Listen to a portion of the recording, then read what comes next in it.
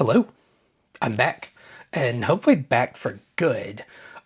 This is my new very compact setup, so I can try to maintain a normal schedule of videos and kind of clear out my backlog of stuff I want to talk about because I have a ton of stuff lined up.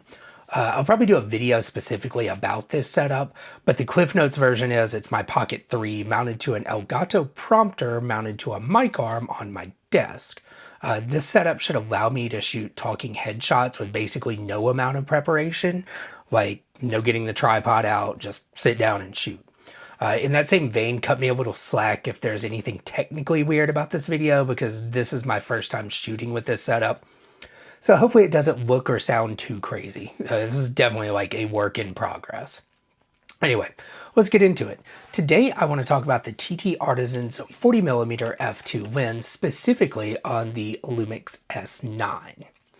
Obviously this lens is made in a variety of different mounts and fits cameras of all sizes, but I feel like it's particularly relevant to the Lumix S9. Since literally the day this camera was unveiled, the overwhelming complaint has been the lack of a small, fast prime. Like, after all, what good is a small camera body when your only lens choices are decidedly not small? They're obviously great lenses in L-mount, but they're either fast and big or small and slow. Nothing really strikes the fast walk-around prime balance, at least not until this lens came out. I switched to this camera from the Fuji X100VI, and I didn't give up an EVF and a mechanical shutter to walk around with an f3.5 lens, basically.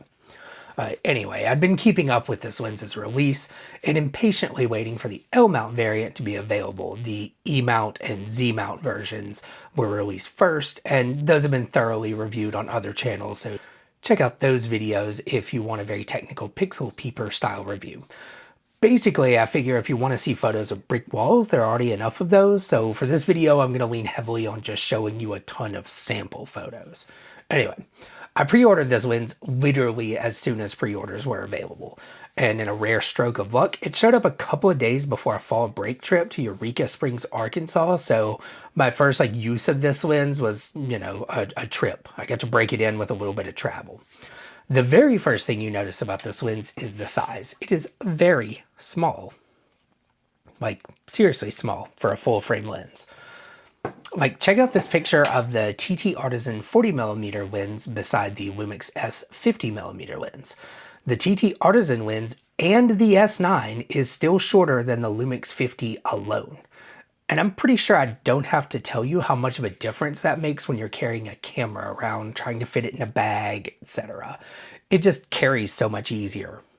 It's also a noticeably lightweight lens, coming in at 167 grams versus the Sigma 35 f2 that it replaced on my S9 at 325 grams, so legitimately half the weight. It feels solidly built with metal construction, and it features an aperture ring,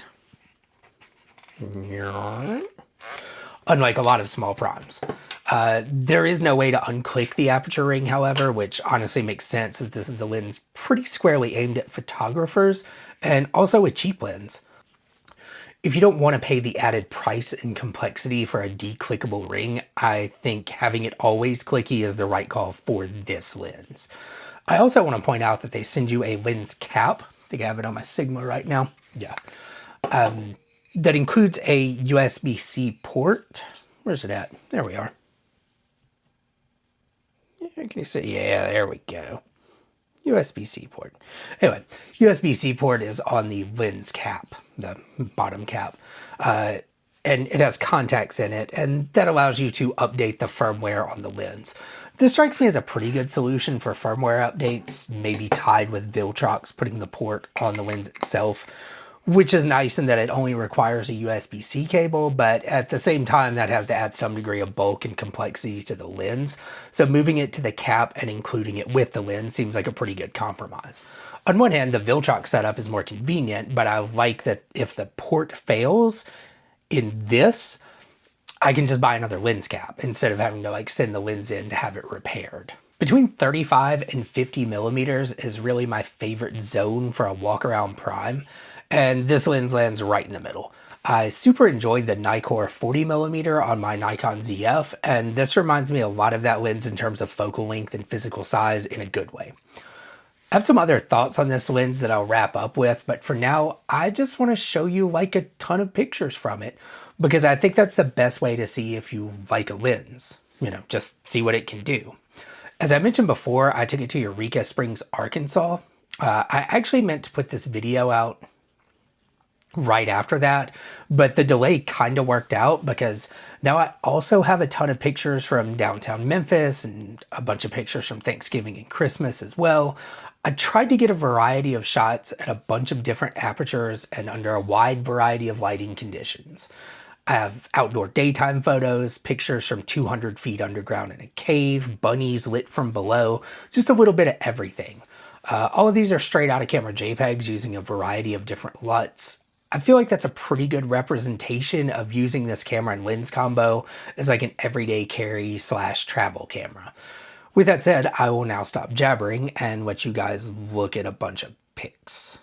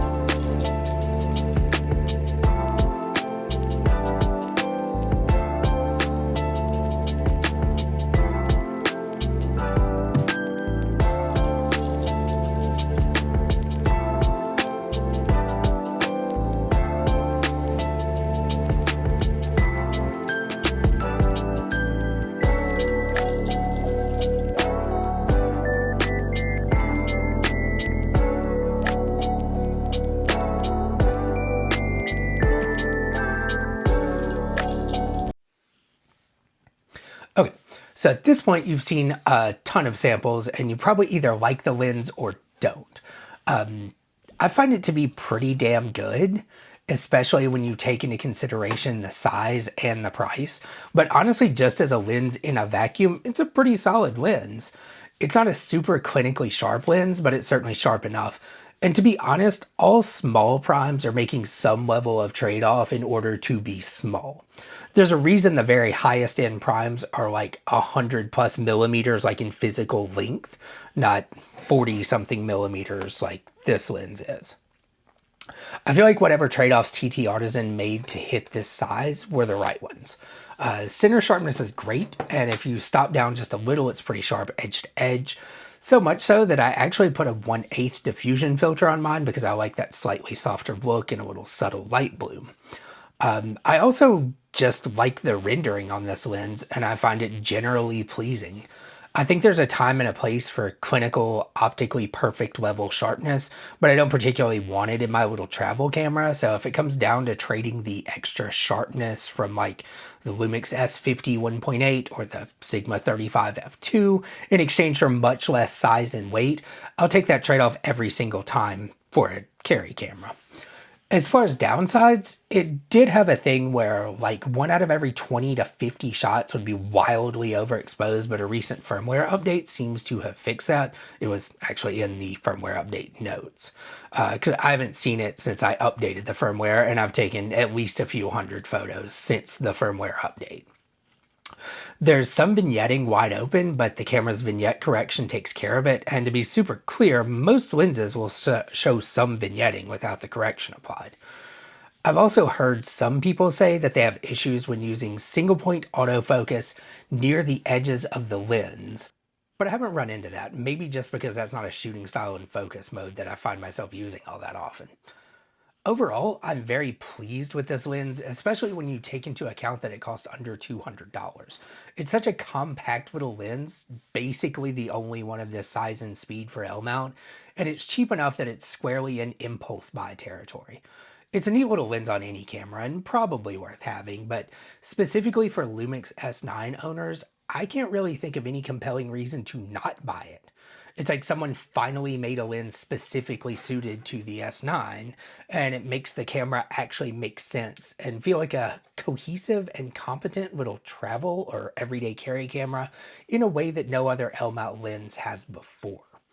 But more than anything, the small size and lightweight make me more likely to carry my camera with me, which in turn makes me more likely to actually use it. And at the end of the day, I can't think of higher praise for a lens than it makes me use my camera more. I think that about wraps it up for this video. I posted all the pictures from this video to my website at michaelsigler.com. I'll drop a link to the post in the description and in like a pinned comment. Make sure you like this video and subscribe to my channel if you want to see more. See you next week.